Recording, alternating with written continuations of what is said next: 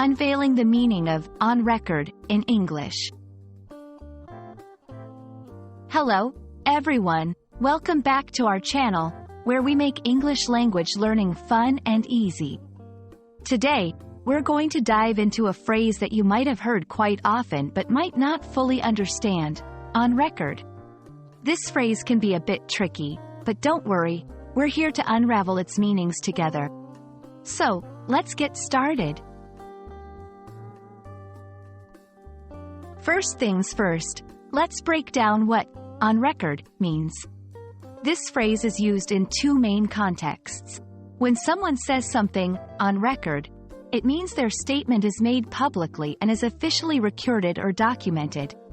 This is common in legal, political, or media-related scenarios. On the other hand, when you hear about something being the best, worst, highest, lowest, etc., on record, it refers to an all-time record since records began. It's often used in contexts like weather, sports, or other performances. To fully grasp the phrase, let's look at some examples. 1. Public statements. The mayor went on record saying that taxes would not increase next year. Here, the mayor's statement is officially recorded and can be referred to in the future. 2. All-time records. This summer has been the hottest on record.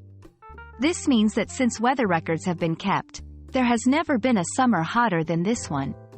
Understanding the context is key to interpreting the phrase correctly. Now, how can you use on record in your daily conversations? It's quite simple. When discussing news or official statements, you might say, "She is on record for her support of the new policy."